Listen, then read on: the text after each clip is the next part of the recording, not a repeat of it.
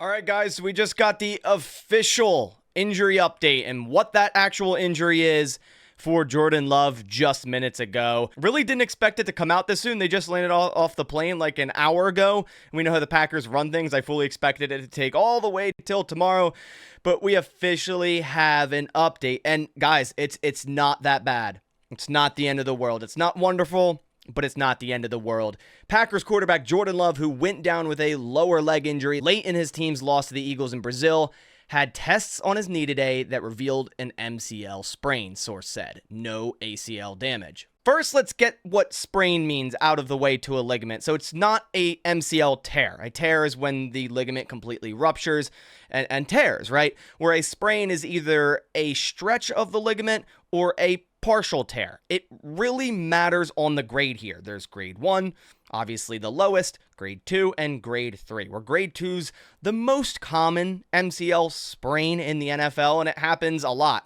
About 17% of NFL players have had an MCL sprain. So right now we don't know what grade it is, but if it's a grade 1, there is a slight chance that Jordan Love could miss no time or just say 1 week. Now grade 2, it differs a little bit. I'm going to bring up the screen and we're going to take a look at Aaron Jones because he is a player who has had a lot of MCL sprains, and every player is different. Every person is different, and he's not even playing the quarterback position. So you would think the recovery would be a little bit longer for, say, a running back than a quarterback. So we'll start with his first MCL sprain when he entered the NFL. We see here November 12th, 2017, he had an MCL sprain grade 2.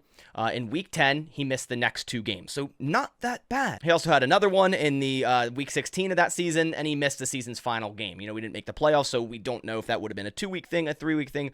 We're not sure. The next one in 2018, he missed the final 2 games of the season with a sprained MCL. So again, didn't make the playoffs, so it's kind of like, okay, would have been 3 weeks. It probably would have been 2, and then he would have played in the playoffs if that had been the case. Now moving to 2021, here's one where it's an MCL sprain grade 2 and he only missed 1 game. He suffered this in week 10's win over the Seahawks in 2021, and he only missed 1 game. Then finally in 2023, last year, again, Aaron Jones sprained his MCL grade 2. I mean, this guy's just had so many MCL sprains.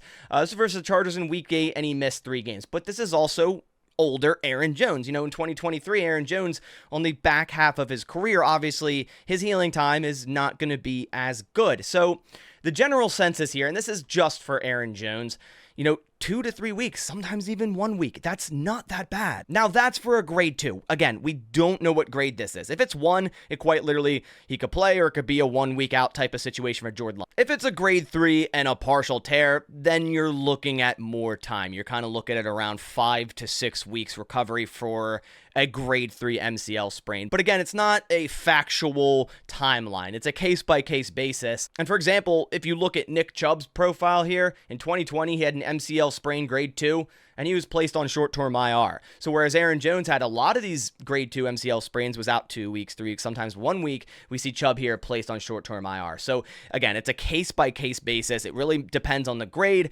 and the player themselves. So overall, guys, considering everything that we saw last night and all the medical doctors really worried about that knee pop, this isn't that bad. Now, the knee popping right around where that MCL was, it's probably at minimum a grade 2 strain just by looking at that, even potentially a grade 3. Hopefully we get that information soon through the Packers or Matt LaFleur saying, okay, we expect him to be out, 3 weeks, 4 weeks, whatever it may be. But this is overall good news. Like, there was a chance here that Jordan Love had a high ankle sprain that could take him out at least 6 weeks, which a grade 3 MCL sprain can do the same. There was a chance at an ACL tear, which obviously would have ended his season. There's a luxated patella or kneecap that could take 6 weeks or more. So it could have been a lot worse, is what I'm trying to say. And this is good news. Now, the Packers still need to figure out, even if he misses 1 week or 2 weeks, who their quarterback is going to be. I'm not sure if they bring in Ryan Tannehill if it's only going to be a 1 week to 2 week thing. If we're looking at 3, 4, 5, or 6, then maybe they go ahead and do that. But going back home, playing against the Colts this weekend, you have extra time to prep. We're talking 9 days. If you need to run Malik Willis or Sean Clifford for 1 game, I'd say you just do that personally. It depends on the recovery of Jordan Love, of course, how quickly he recovers, what strain that is, as I keep saying.